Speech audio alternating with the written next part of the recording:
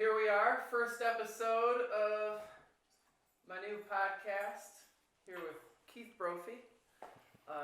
Keith is an entrepreneur, has started multiple companies as well as run multiple businesses successfully, and has a wealth of information and stories. And so thank you for joining us today at your house. So I guess I'm joining you, really. Let's start off with maybe a little bit of history and context as far as your entrepreneurial journey goes. You know, let's maybe start with U of M and move into DC, Sagestone. Cool. Thank you, Spencer. First of all, thank you. It's an honor to be the first guest of your podcast series, and I'm looking forward to being an avid follower of your podcast to come. My entrepreneurial journey started after a corporate career as a technologist, software developer. I came out of University of Michigan with a computer science degree and moved across the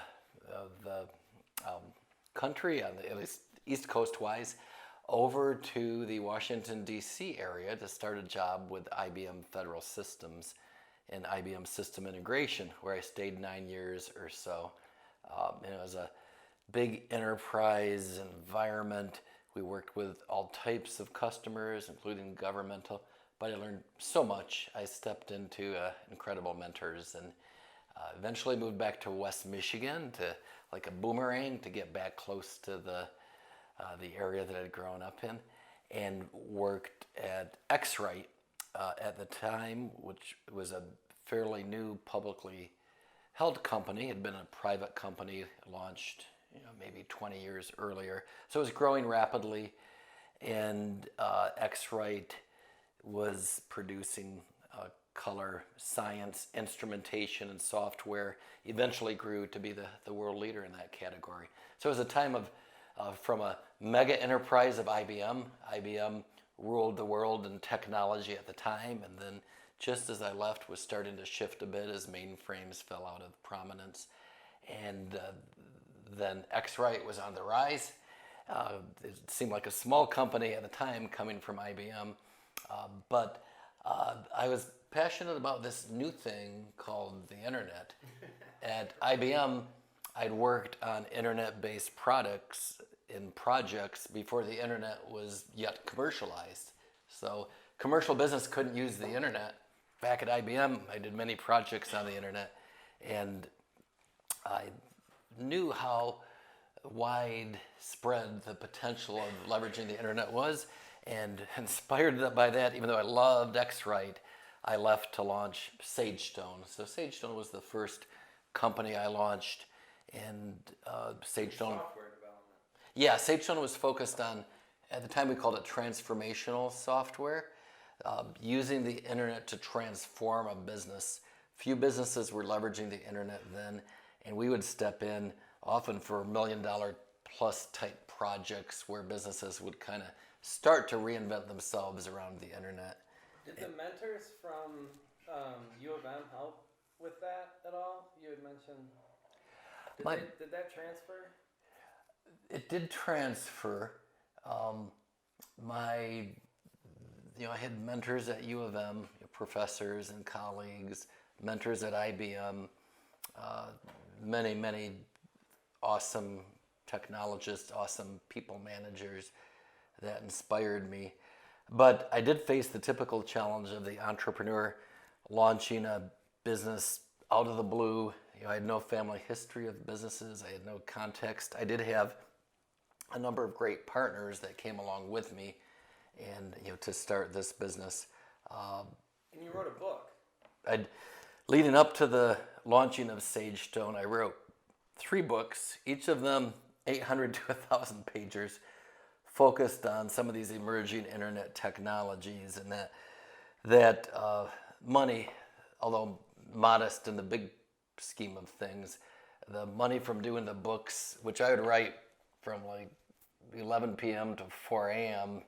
For the year or two of my life prior to Sagestone, they provided the seed money to start Sagestone. But your question about mentors, I eventually found them, but it's tough to be a brand new entrepreneur, and you kind of have to like figure it out and find the right mentors for that entrepreneurial journey, which may be different from the mentors you've had in the past. Yeah. So then, one of the things I liked the story about was the race downtown with Sage Stone. You sponsored The Grand Prix. Yeah. Yeah, we did a number of bold and gutsy moves in the early days of Sage Stone to get noticed. One of the inspirations for that was as we started to gain a foothold with local business. I mapped out the top 25 businesses in West Michigan, printed out a list from the Grand Rapids Business Journal, and taped it up next to my desk. Top 25 big businesses, all the names you can imagine, Steelcase, Amway, Spectrum, Wolverine, Universal Forest Products. And at the time, we'd done business with none of them. And my goal was that we would do business with 20 of the 25. Eventually we did, and then eventually we expanded to do business all across the nation with a number of name brands that would be very familiar to all. But at the time it was an audacious goal. And likewise, we had no traction with the big businesses. We also had no traction with Microsoft. We wanted to be a premier partner, and I talked to the Microsoft partner manager for our area. And she said, realistically, Keith, young business like yours, like we have great partners. You can go up through the partner ranks. This is ancient. This was 1998, 1999. AOL CDs coming out in the mail. Absolutely. Yeah. And I'd meet with CEOs that would be very skeptical about this thing called the internet. So the race you're talking about is the West Michigan Grand Prix.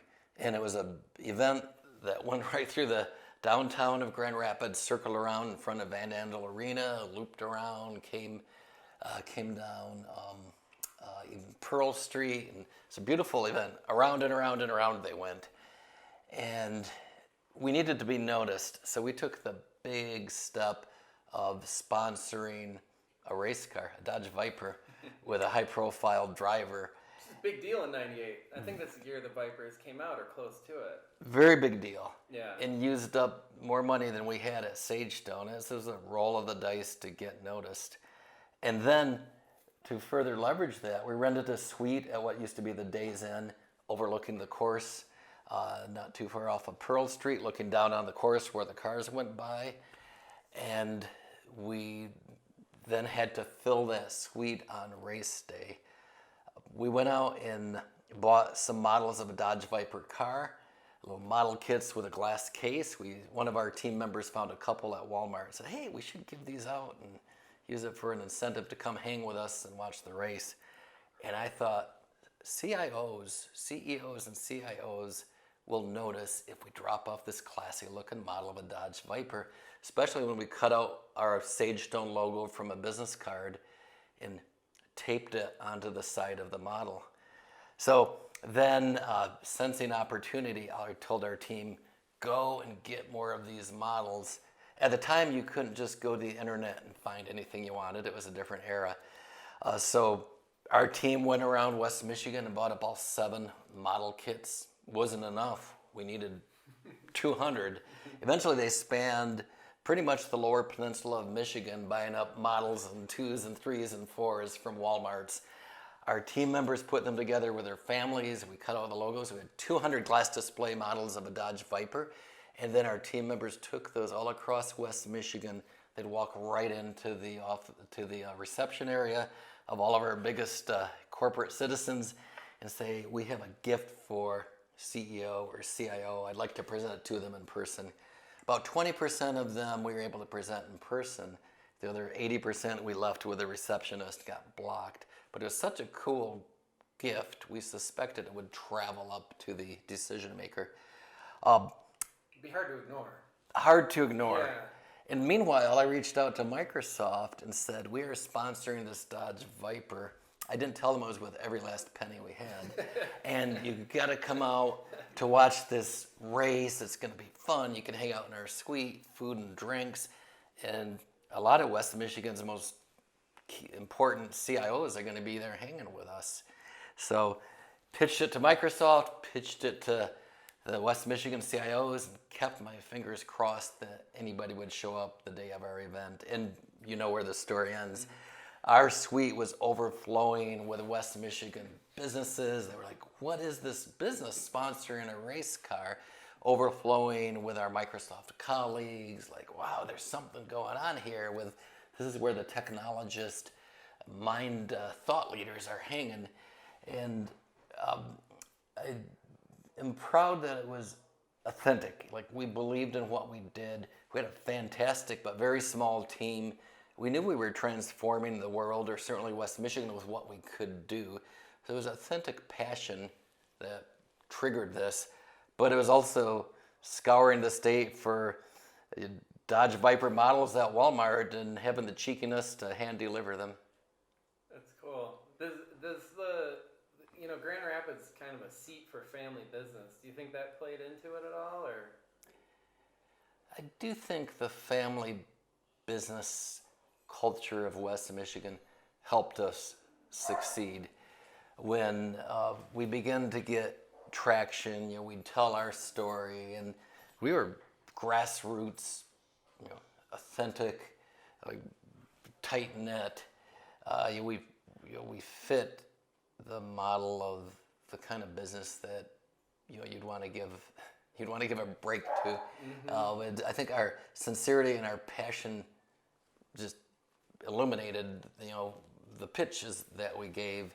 And if you think about family businesses, I've had a chance to work with a lot of family businesses. As you know, I was state director of the Michigan Small Business Development Center years later in my career. And family businesses are fueled by passion. Yeah.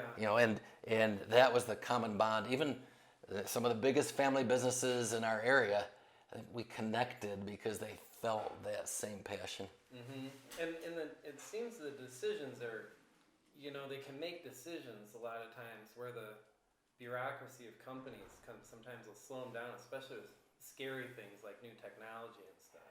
Absolutely. And someday when I'm in my 80s or 90s perhaps, and I slow down a bit, there's a really interesting book that I want to do, because we had a ringside seat to the transformation of the world with the internet. Like, we were talking to all of West Michigan's leading businesses about it, and some embraced the powers of the internet to transform their business models, from supply chains to logistics to workforce mobility, and some were hesitant. And as the years played out, and then especially as the decades, because as I said, this started back in 1998-ish. As the years and decades played out, the businesses that were bold and brave in adopting transformational technology thrived. The businesses that were cautious, many of them are gone. Some of them languished, and eventually that list from the Grand Rapids Business Journal, the top 25. We did business with 20 of the 25 on that list, so we achieved our saturation. So, would it be fair to say that you'd suggest going all in, on a good idea, or with the sponsorship and whatnot, Yes, without doubt. If you're starting a business, you got to be willing to go all in. You also have to be empowered with a plan B and a plan C and a plan D, and you have to be blessed with a team that shares the vision, that can pivot and pivot and pivot and not get discouraged. But and the thoughtfulness is important when you start a business, but if you don't have the ability to go all in, it's, generally I think you're not going to have a fast rising arc. We should probably not browse over 3,000 page books. How'd you do that? What was your process? Can you define the process, or was it just pure adrenaline and passion, or?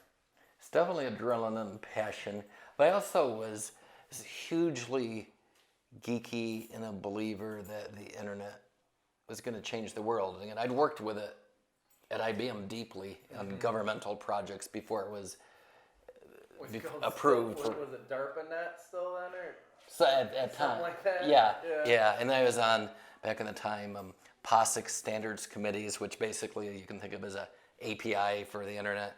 Way back in the day, there was even a communication standard called OSI. Way back in the day, that was a alternative to TCP/IP, the Internet Communication Stack. But I was deep under the hood in my IBM days, and I believed in the potential of this to change the world. Now, as it's played out, I think we've seen a lot of change for the good. As a technologist, I would say there's lots of change that bums me out too, but I believed in it. So when I was writing the books, I felt like I was sharing important knowledge. Those books were focused on Microsoft technologies as they shifted to the internet. I was able to write on some pre-release, beta stage Microsoft technologies for these books. Hooked up with a really good publisher that I had contracts with, Macmillan Publishing, Sam's Publishing, and wrote books on visual performance optimization and tuning, a real page turner, and Teach Yourself VB Script in 21 days, and some other just areas Visual too. Basic, right? Got a Visual Basic for the internet, kind of the marriage of what was then VB and the internet. But in my mind, it was change the world communication that I was sharing with those books. Unfortunately, they were obsolete within about 9 months, but they sold all over the nation. Back at the time, there was bookstores in every city, and I'd travel the country for work at times. I could find them anywhere. And then I started receiving copies as they were pumped out to the world in French and Spanish and Arabic and Japanese and Chinese. The books spread the word and gave me the courage to start my business, because I made a mistake you don't see authors make nowadays, but back in that era, I put my email in my introduction. Back then, hard it is to believe today, a relatively small subset of people had email addresses. So I'd stuck that in there, and I started receiving emails from all across the world hitting me up for free consulting, asking me questions. There's a business opportunity here. Mm-hmm. So getting back to Sagestone, what happened next? What happened after the big success with the 20 people? We were kind of talking about a little bit beforehand. When growth can sometimes be very attractive, but also difficult.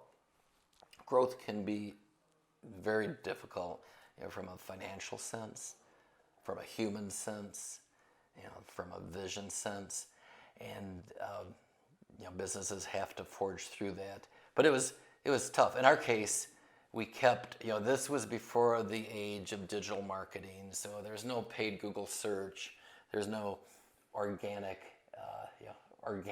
search, there is no social media ad spend, things that are the core of the last couple business initiatives that some of the things I've done. They didn't exist back then, so it was all about visibility through traditional media.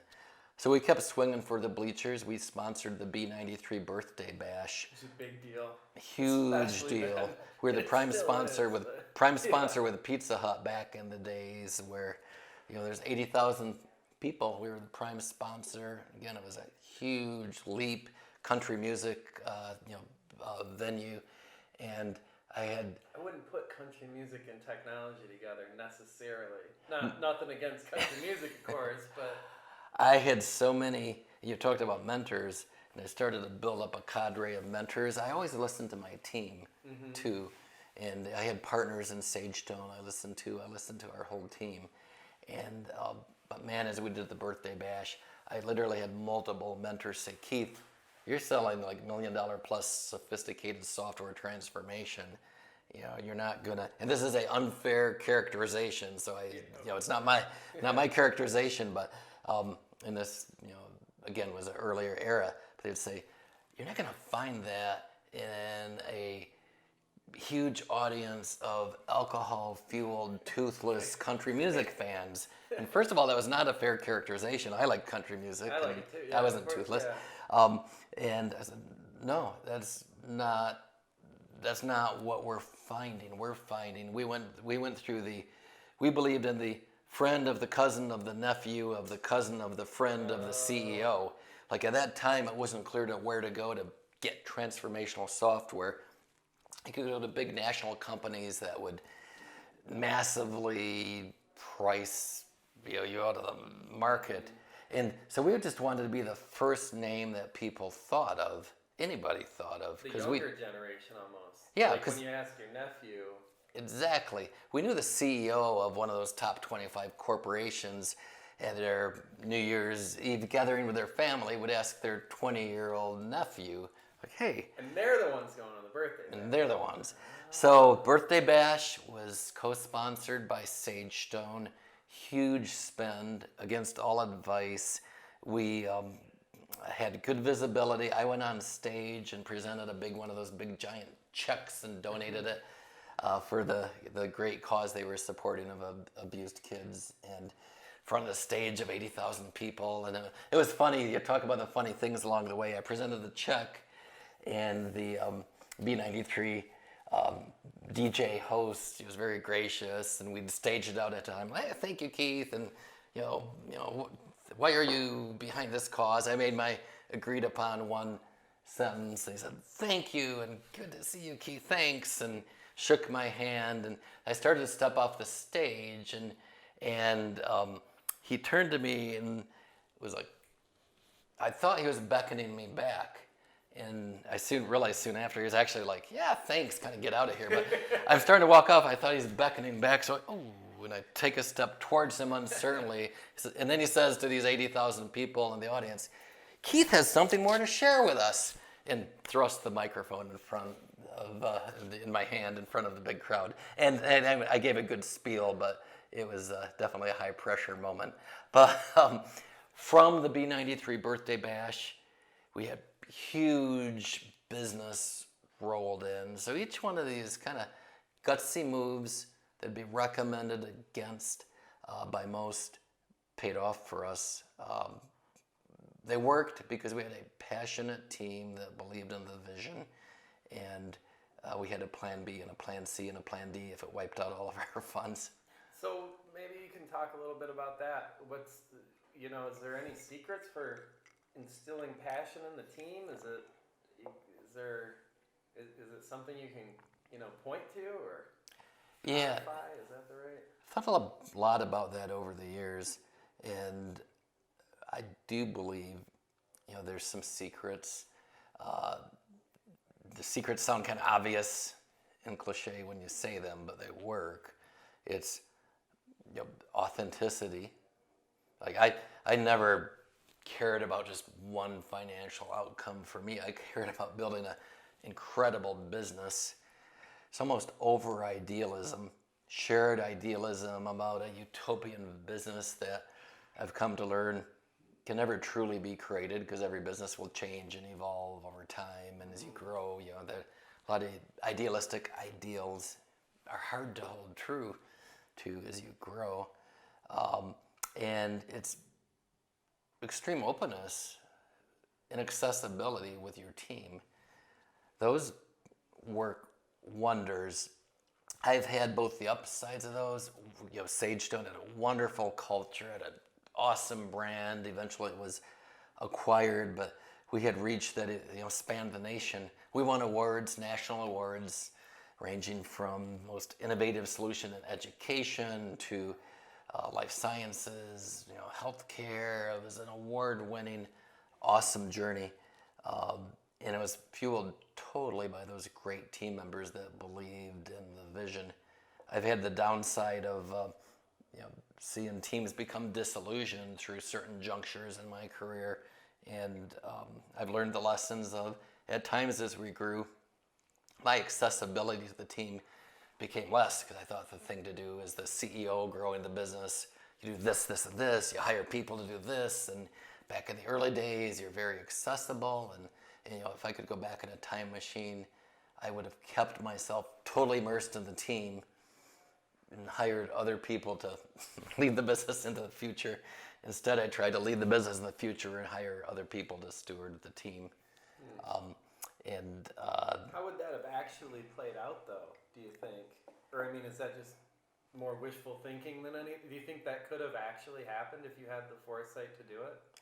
I could not have executed to it at the time. Right. Today, after a few decades in the business, I could, because you can drive leadership, clarity, accountability, but I would structure my days to listen and work with the pulse beat, the heart of the business, the front lines of the team. It can be done, but it takes so much knowledge about business structure and dynamics and people that I could never have pulled it off.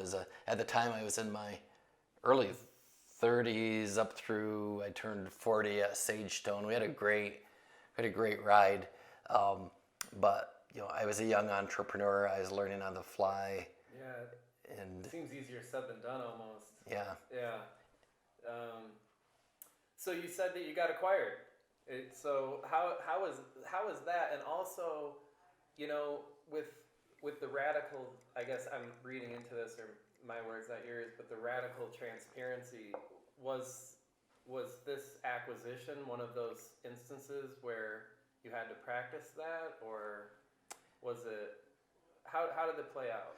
Yeah, it was an interesting process. I've been through a number of acquisitions as a creator of a business that's acquired, but also working with large enterprises that acquire businesses. So I've been on both sides of the fence. What's interesting about that acquisition, we were essentially acquired by Newsoft. We restructured Newsoft. I became minority owner, co-owner of Newsoft, along with the Newsoft CEO and my partner Dale Monsoor. And it was a successful acquisition, and we grew that business and eventually sold to a publicly held national company. So it was a good path in so many respects. But in terms of the transparency, what happens when you're growing a business, we were successful on paper, we were profitable, but cash flow, we were pinched. And as you start working with bigger and bigger and bigger companies, payments flow slower and slower. We were working with a number of big payments, Fortune slower. 1000, Fortune 1000, Fortune 500 type companies, and we scaled up so fast, the payments kind of got ahead of us, and cash flow started pinching us. I naively at the time, thought we could handle it with like line of credit leverage and working with our team. We talked to 10 banks at the time, and we kept getting assurances we could kind of leverage cash flow with a line of credit. But years later, decades later, that's not what line of credits from banks are intended for. We talked to potential investors to fuel that scalability. And through talking to potential investors, started to explore acquisition options.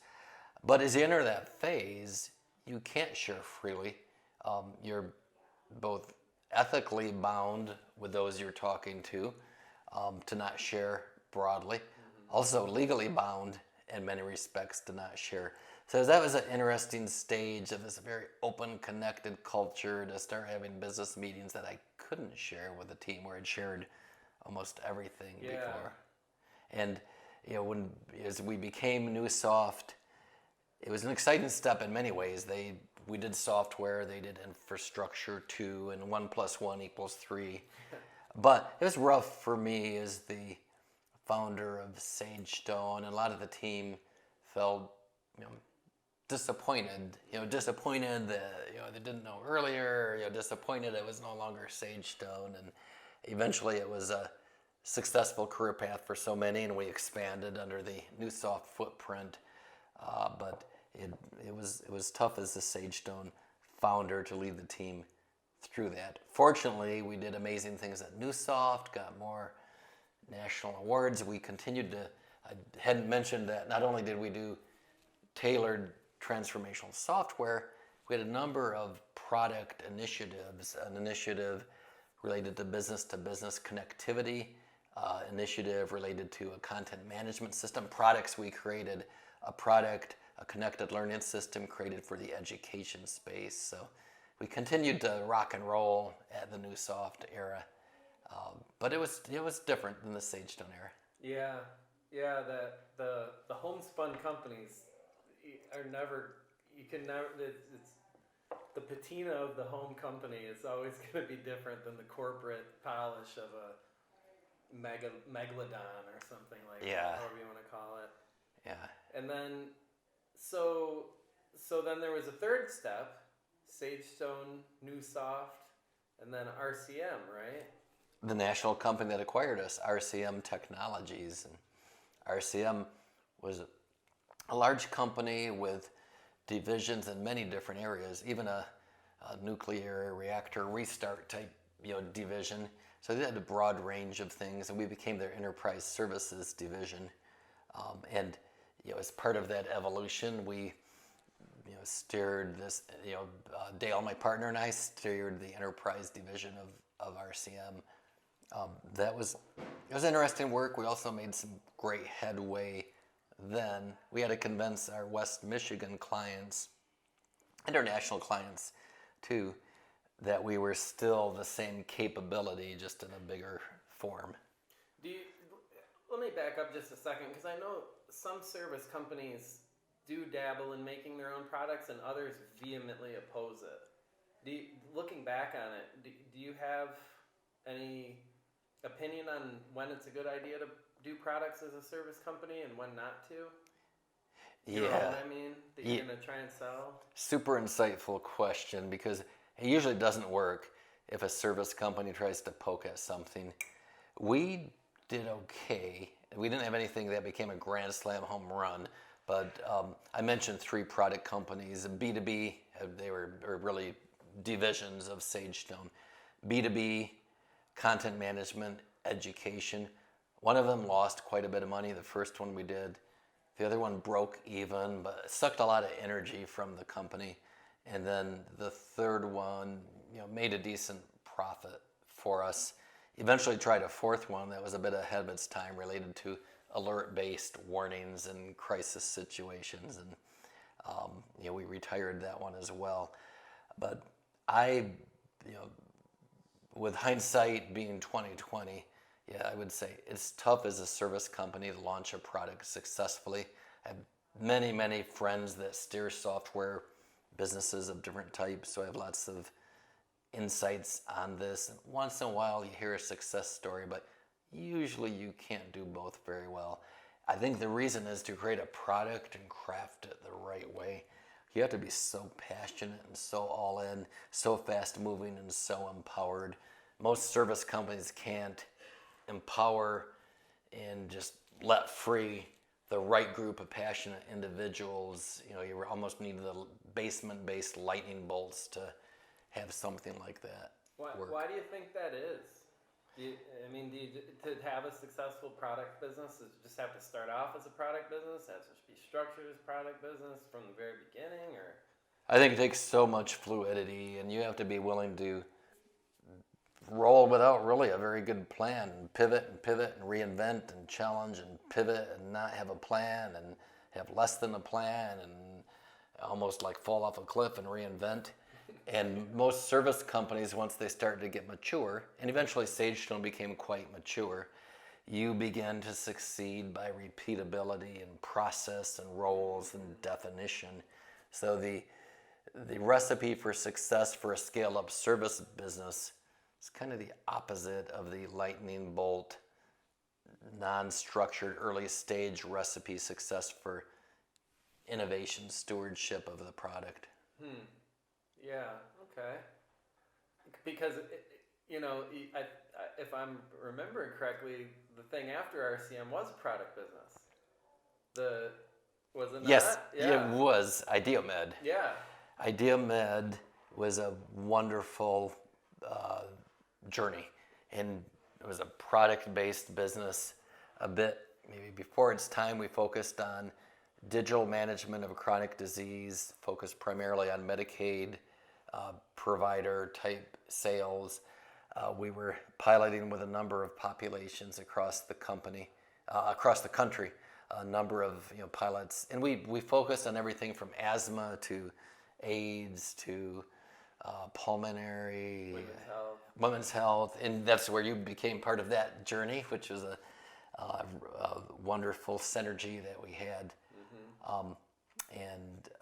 So now, not to jump around too much, but you mentioned sales, and when you get to be a big company, you've got people trying to sell you things all of a sudden. And there's a story that I've heard you tell before that I really enjoyed about the overzealous salesperson and how they would bring you cookies and that essentially the tables were turned. The cookie story. The cookie story. Yes, yeah, because I've shared the stories of how we were chasing after decision makers, and everything from sponsoring country music festivals to Dodge Viper models. So I knew the pursuit, but it's grounded in having to catch interest and have an authentic proposition. Yeah, as Sagestone grew in profile, we became very visible. We were the leading momentum tech company in many respects back in that long ago era. And we became a lightning rod for all types of salespeople that were now targeting me. And what was interesting is we evolved and grew, and eventually we were approaching 100 people, including some full-time contractors. So we grew substantially pretty quickly. I didn't decide on many of the decisions that salespeople were swooping in on me for, and I would usually try to deflect them. But the cookie story is a very persistent salesperson that had come in with a plate of cookies for me. And I remember the first time the cookies came in, as a busy CEO, I didn't even know really who they were from. Just at the end of the day on my desk was a plate of cookies with a note from our exec admin. Hey, this is from blah, blah, blah, from blah, blah, blah. I thought, so somebody I know or an old friend trying to reconnect because we were in the news quite a bit then. Or I didn't know, but the cookies tasted really good. And then about 3 weeks later, we had another plate of cookies show up and said, hey, another cookie droplet from blah, blah, blah. And, I thought, now I recognized her name. I mean, that's the same person that gave me the cookies prior. I don't know why she's giving me cookies, but it was a busy day. I was stressed. And the cookies tasted really good again. About 6 weeks later, I got the third plate of cookies, and they tasted even better the third time. Well, about 2 months later, my exec assistant said, this blah, blah, blah is demanding to talk to you. She's been trying to get an appointment, Keith, and you keep deflecting her and saying, oh, you're too busy, but she's getting really adamant and angry, so what should I do? I said, I'll talk to her. So I talked to that salesperson, and she was selling I think it was a staffing company or marketing services, and she said that they wanted to do substantial business with us. I said, well, you're going to have to sell that to our sales manager or our marketing manager or to our dev lead. They make those decisions. And she tried to call me out. She said, you're the CEO, you make those decisions. And I said, you don't really understand how a successful business works. The successful business is the leader communicates vision, especially when you grow as fast as we are, brings in really, really good people, hopefully far smarter than he or she is, and then tries not to screw it up and to remove obstacles. But I'm sure not going to micromanage them and tell them that they have to. She asked me to order them to use her. So I'm sure not going to order my managers to use you. That will break that bond of trust and respect. So I will introduce you, but you're going to have to earn that sale. And then she did the cookie call out. She said, what? You've been eating my cookies? For months you've been eating my cookies? You owe me your business. And so that was actually helpful because I thought, wow, it just really made me think deeply about gaining access in sales, in trust, in driving influence. As it was, she burned her bridge. I told all of our execs, do not do business with her or her company ever. Because I didn't think it was an ethical approach. But then again, I did have at least 3 plates of cookies out of it. Yeah. Now, do you think that would have been different if they were Viper-shaped cookies? Maybe. Yeah. I mean, those cookies were tasty. So getting back to Spectrum, I think that this award is from that tenure. Very illustrious award. What can you say about this? Yeah, this is a innovation award that we received at IdeoMed, and it was one of a number of awards we received during that era. We were also one of Michigan's 50 companies to watch. We were making great strides, and it was a team-fueled success that led to all of those awards. That journey was full of such creativity and dedication and passion of the team, but again, we were a bit ahead of the market for digital engagement solutions. We kept at it for almost 6 years, and eventually, we kind of ramped down, and the approach was assimilated into the large healthcare system that had funded us. It was interesting. The couple of years after, I continued to get calls from other tech innovators across the country, some very large companies looking into digital health. And we'd been high visibility on the IdeoMed path. We'd testified, I'd gone and testified before congressional subcommittees in DC that C-SPAN had covered on our innovation. But we were just early, and others studied it for years to come. Even helped with the self-reporting legislation. That we did. Yeah. We provided feedback into self-reported health data that influenced legislation.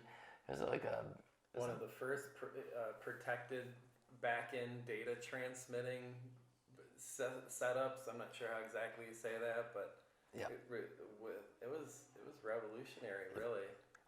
We thought really out of the box there, as you know. And one of the things I'm really proud of, Spencer, is we went out and talked to potential investors. We had a really unique proposition that was very compelling, and you likely recall this, but as you were lending some of your talents to us, we called you eventually our anthropologist. Yeah.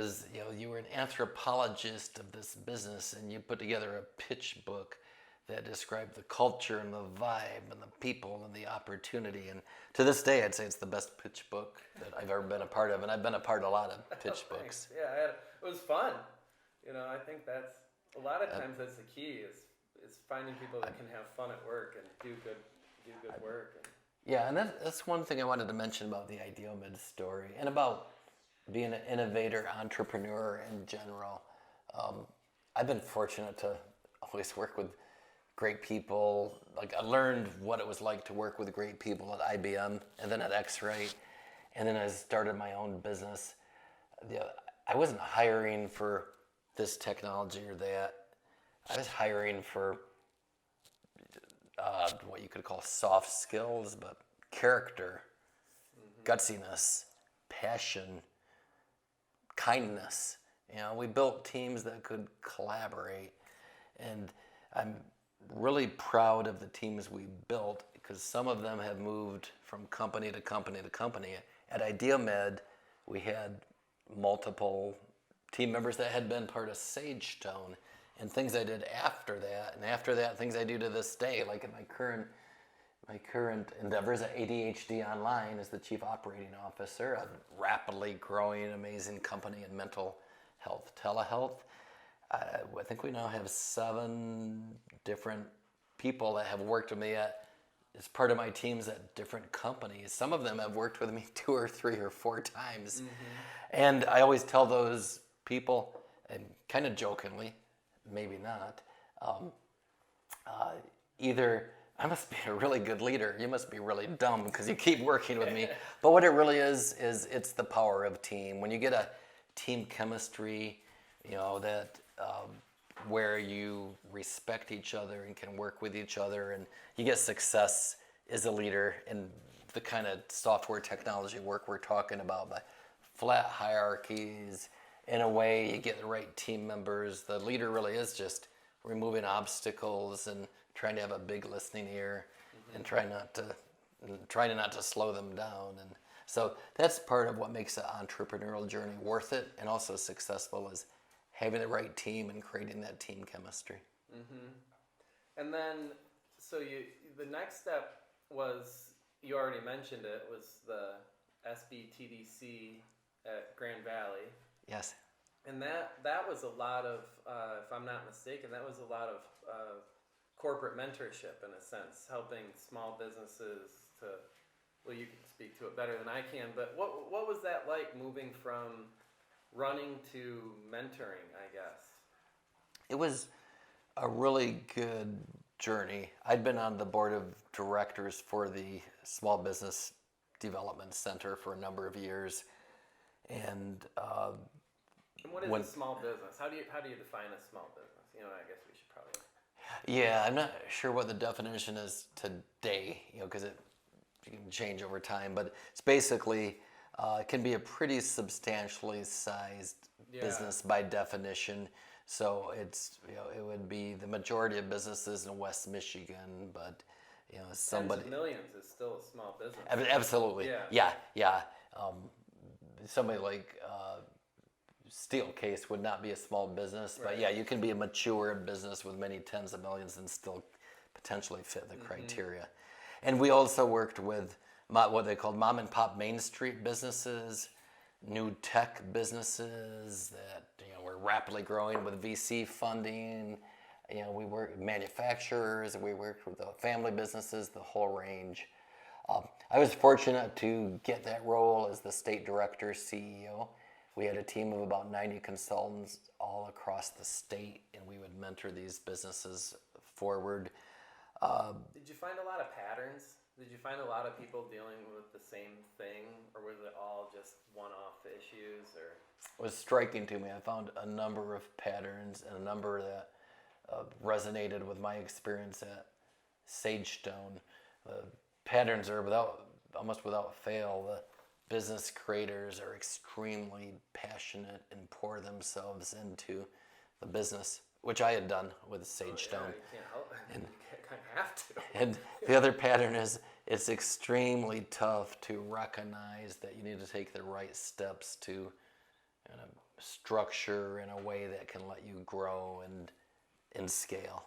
So what would you, if you had like a top 3 bits of advice for a scaling company that's, maybe they're moving from 1 million to 5 million, or 5 million to 10 million, or something like that. Is there a sage bit of wisdom that you could, impart? My top 3 would be massively over communicate, because you need your culture and your team to evolve with you. Be as open as you possibly can. That doesn't mean you can be open about everything, but be as open as you can. Number 2, recognize that the roles and the skill sets you need for one level, like 1 million, probably change tremendously when you get to 5 million. So you need to shift roles, maybe shift team members.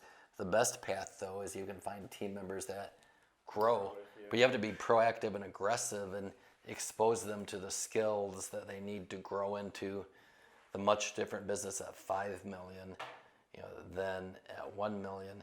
And then the third piece of advice I would give is the very vision that made you launch the business and be successful. You got to find a way to build it into the business as you grow, because if your team loses sight of that, then everything starts to kind of fade away a bit. So when it comes to communication, is there a medium that you find to be most effective, or is it just pure communication? And I guess what I mean by that is, do you see, company meetings, town hall, company, all hands on deck, everybody in the auditorium, or emails, or what have you? Yeah, it changes over time and it varies by business, but at the core is like honest, open, and fun communication. Back in the day, I used to send really long emails at Sagestone, and even back then, many, many years ago, team members would say, the honest ones, maybe at company gatherings late in the night, would say, Keith, I don't really read all of your emails.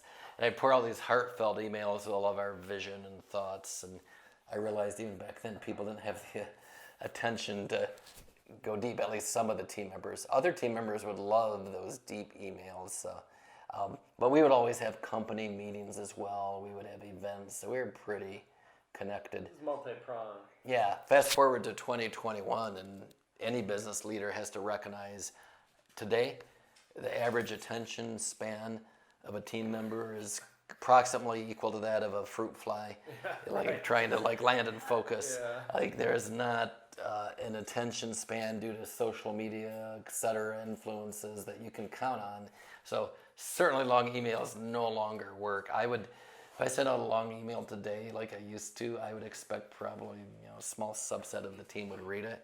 But that ups the ante, and we have team meetings at ADHD Online. They're great.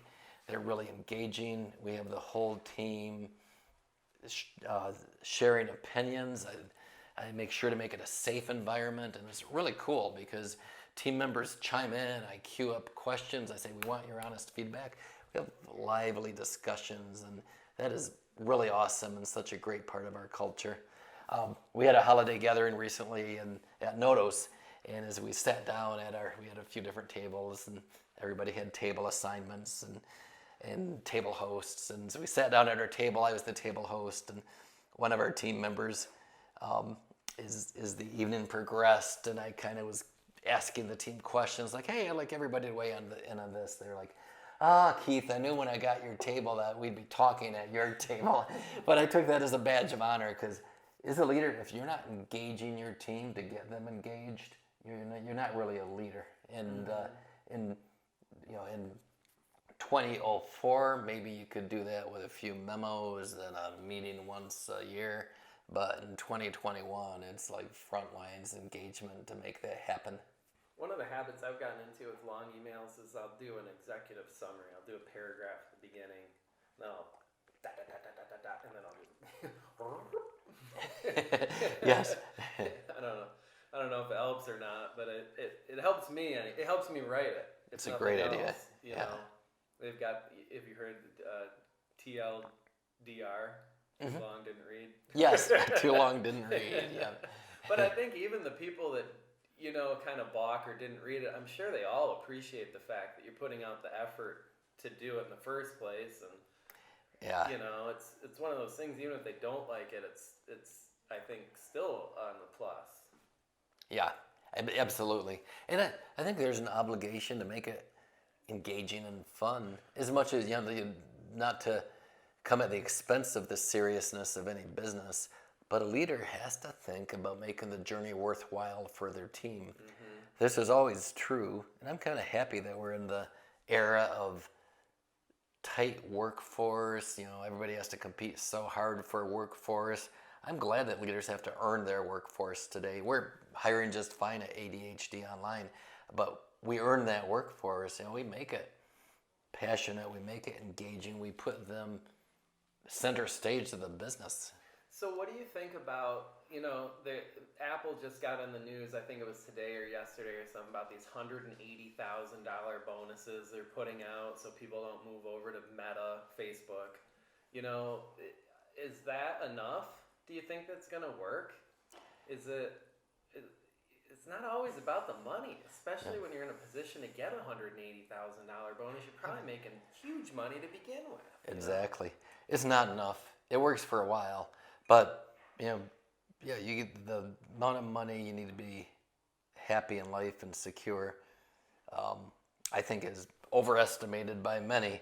Mm-hmm. And especially with the mobility of, the people that are getting bribed by massive salaries could walk out the next day and get a different job. So it's a short-term strategy. We're hiring individuals from massive enterprises that are almost cartwheeling, to come to our, smaller stage but rapidly growing company where every voice is respected.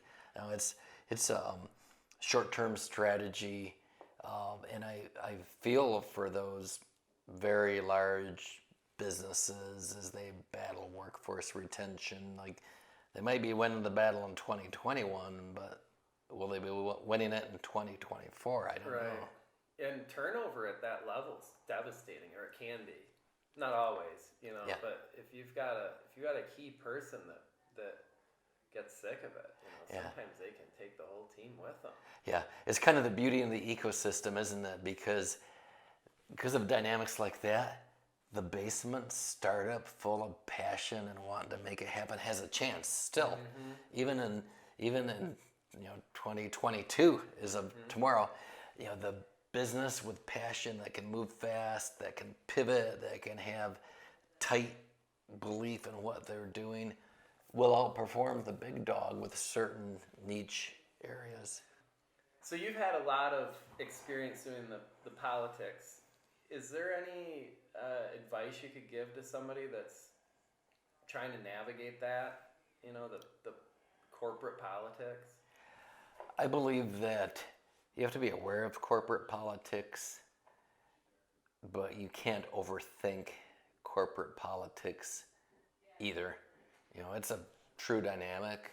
I would suggest map observations on corporate politics to what your own area is trying to achieve and rank what you're trying to achieve ahead of corporate politics. And with that awareness of both, you can make things happen. I've seen more fails in corporate politics where people overanalyze it and then it spins out of control. I've seen people lose their soul in corporate politics. And that's important to recognize too. You can win in corporate politics, but if you lose your perspective or ethics or mental health, it's not worth the journey. So, it's important to be your own steward. I think it's important to recognize you do have a loyalty that you owe to any business that's giving you a paycheck. And politics are natural. It is not a sign that a business is bad. But you want to navigate that in the right proportion to business results. Is there a time that you can remember needing to either leave a meeting, you needed to leave a meeting with a yes, or knowing that you needed to deliver information that wasn't going to be received well? One's a positive, one's a negative, but either way, a tense situation. Can you remember how you prepared for that, or what was your thought process, the preparation that went into that? Sure. Yeah, it's tough to deliver bad news at a big organization because they don't want to hear it. They don't have the processes for assimilating it well. And typically, and I've been at big organizations and small, a variety of big and small organizations. I'm somewhat the rare entrepreneur that had a deep entrepreneurial career that's also gone to other places that are not entrepreneurial. They say that once you're a CEO, it ruins you for working for anybody else, and to some degree that's true. But I like the challenge of it, and I like working with a ton of smart people that you can find at large enterprises. When I deliver bad news, I try to have all my facts in order, and I also always try to have a recommendation. It's one of the business 101 cliches, but it will serve you so well during a career. Never deliver bad news without a recommendation. If you deliver bad news without a recommendation, you are just a problem. Right. If you deliver bad news with a recommendation, even if it's not that hot of a recommendation, you're a problem solver. So I think that's the way to do it in enterprises, without a doubt. Yeah. So let's talk about ADHD Online. This is your new role, your COO. How long has this been going on now? It's how long have you been there? I've been at ADHD Online about 4 months. Seems like 10 years, just because there's been so much going on with the business. We focus on providing diagnostic assessments for ADHD. And attention deficit hyperactivity disorder was just exactly. Yeah. And the curve on ADHD nationally has been spiking up significantly, and there's a huge need. I was diagnosed at 12. Oh, I didn't know that. Oh, yeah, ah. yeah. We had to drive to a specialist at the time, and it was so interesting because the way that I'm kind of hijacking the story, I realize, but at the same time, the way I realized I had it is that I never paid attention well, and I'm dyslexic. I could hardly read when I was a kid, except for comic books because they had pictures. And I remember I was trying to listen to this song. It was only a 3-minute song, as most are, and I physically couldn't make it through the whole song without getting distracted about something. And I must have tried at least a dozen times. So I went downstairs, and like I said, I'm about 12. I went, Mom, I think there's something wrong. You know, I know that I'm a little flighty, and I like to be the class clown and whatnot, but I'm trying, and I still can't do it. And she says, well, you know, okay, we'll see what we can do. So she sets up this appointment with me, and the guy's like an hour away or something like that. And on the way down, she says, you know, there's not going to be a pill that they can give you to fix this. And the first thing he does is he writes me this script for Ritalin, and I never took it.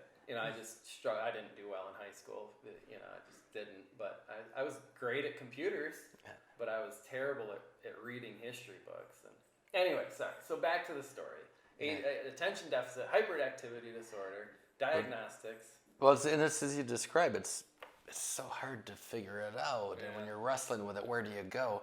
Well, if you reach out to a traditional facility, you might wait 6 months to get in to see somebody. So the business was founded on this proposition of there's a better way. So the diagnostic assessments occur online. Licensed psychologists. All licensed psychologists, very high bar of credibility and expertise. And it all happens without a face-to-face interview for the diagnosis. And then subsequently, in the majority of states, we offer a telehealth treatment path. So if an individual wishes, they can take that diagnostic assessment to their own provider. But in the majority of states where we're providing telehealth, they can enter into our treatment path, including medication management if that's warranted, and then have an ongoing relationship via telehealth. So we're telehealth, we're mental health, we're focused on ADHD, and it seems like there's always a new medication coming out too. And it was my experience anyway that you just had to find what chemistry worked best. I tried them all. And some of them I had to take 2 at once. They had me on Concerta and Strattera at one point. It can be complex, and that's we offer assessments in all 50 states. These medication management treatment paths in 30 states. We have the highest bar of professionals, psychologists doing the diagnosis, physicians in some states facilitated with nurse practitioners doing the treatment paths. Because it's different for everybody that makes that journey in some respects. I think it always is, frankly. I mean, even with it being the same situation, I think it's tough because nowadays you have to focus. If you want to be successful, you got to find something to focus on.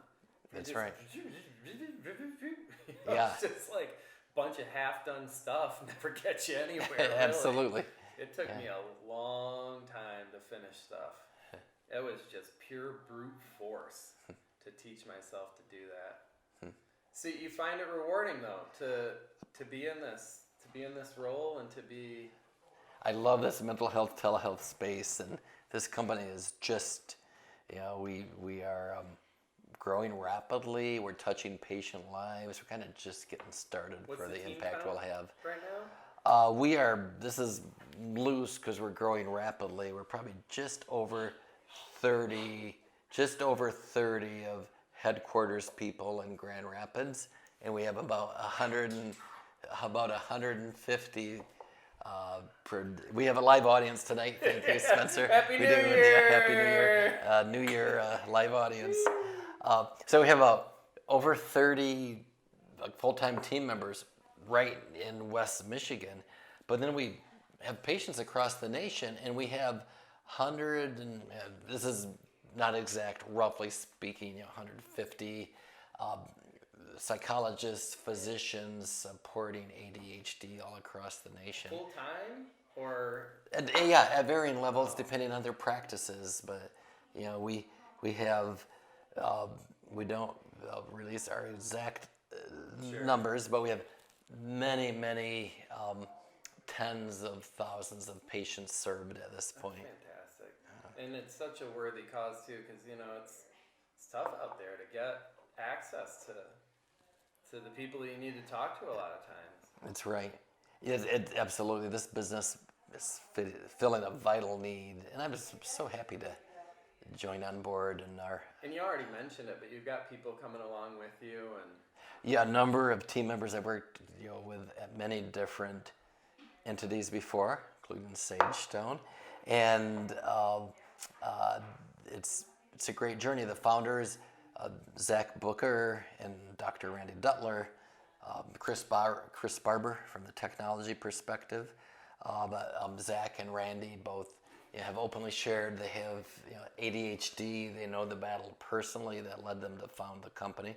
It's a very cool journey. And it's interesting, kind of bookending it to our conversation back in the day at Sagestone. We've got a nymph. Yeah, you mentioned bringing other team members. We have great founders. It's really interesting to me being there for the founders of this business and the CEO, having launched and been CEO of my own companies, and just seeing the journey through the eyes of the chief operating officer now. Of course. And a lot of lessons learned at Sagestone certainly helped me today as COO. So does the stone in Sagestone come from the soft in Microsoft? Was that a play on purpose? Not on purpose. It took us forever to find a name, and we settled on Sagestone because it reflects the wisdom in our solutions, and stone reflects the strong foundation that they provided.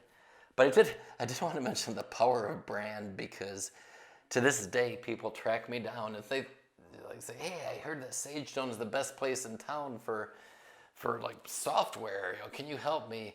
And I have to explain to them the business has not existed since 2004. We've been gone for 17 years. That's the power of brand. And this, this cup, a Sagestone mug, the reason I thought it'd be fun to drink out of it tonight to sip my coffee is because it reminds me of early on in Sagestone as we were trying to build brand, and I was learning about what brand meant. And we started to give out T-shirts to our team members, a little bit at like some events. And then one day I was at Rivertown Mall. We were still a small Sagestone, 8 people as opposed to the 100-ish we'd approach. And I was at Rivertown Mall with my kids, and I saw somebody with a Sagestone shirt. I said, "That's one of our team members. That's like Pete or Aaron or Kevin. Let's get up there." And I saw them in the distance, but it was our big Sagestone logo on that T-shirt, and we got up there and I wonder who it's gonna be. And it's cool that the team members wearing their shirt. And I got up there and it was somebody I didn't know, and I was so shocked. In these early days of Sagestone, they have our T-shirt on, but they don't even work for us. And I was just stunned, and I got a little bit almost teary-eyed and stunned, wow, somebody I don't even know is carrying our brand. But of course, that's marketing 101. It was just my first step into it. But the power of brand is all powerful, and the fact that the Sagestone brand lives on, people track me down about it 17 years after it's not existed, shows what you can accomplish with branding if you do it thoughtfully. This other artifact here is a Entrepreneur of the Year award. 2004 Ernst & Young Entrepreneur of the Year that I received, but I felt bad about that at the time and always have since. It's a team award, and I've told our team this, it's totally a team award, but it goes to the figurehead.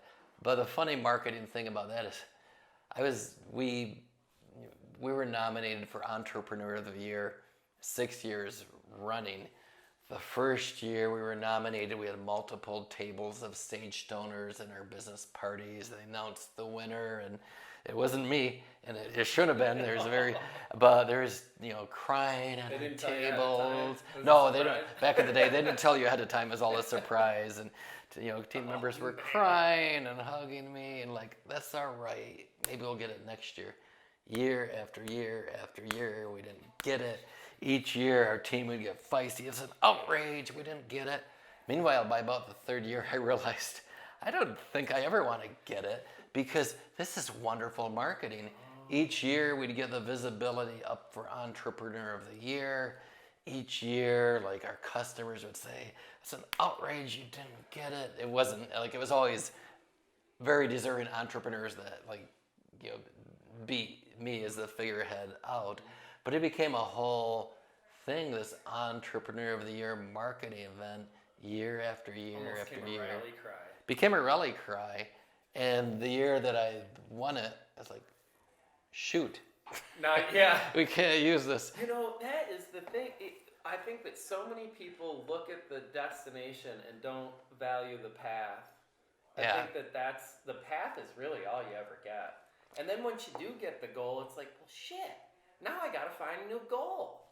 Yes. It's not always that great. Oh, it's so much the journey. And what I've learned over the course of my career, thankfully I realize that now as we're going through this awesome ADHD Online journey and touching lives, it's the journey, the people you travel it with. And usually when you're in the most epic journey, you don't realize it at the time. People are just your world. You kind of take them for granted. The passion you have seems so obvious. Who couldn't be passionate about this? You don't realize the wonder of the journey until you look back over your shoulder. The good old days. That's right. Yeah. Like, for example, in Ideomed's rocking and rolling across the nation, building out the business. You as anthropologist infusing some great ideas for us. We were so busy moving ahead, we weren't stopping to like high five or saying, this is like a pretty cool stretch here. We were pioneers in digital chronic disease management. And I think a lot of people don't realize how impactful the meaningful use was. Yes. Digitizing the patient records was the single factor that allowed healthcare entrepreneurship to exist. Exactly, yeah. And we were right in the middle of it. Right, that's right. Dead in the middle of it. Yeah, and things like I think back at the time it was called quantified self. Yeah. Today it's kind of known as Apple Watch. Yeah. But the whole digital surfacing of data about your health in your life. New. Yeah. Those connected scales, the heart rate monitors, what was a class 1, what was a class 2, what could you do, what couldn't you do. Yeah.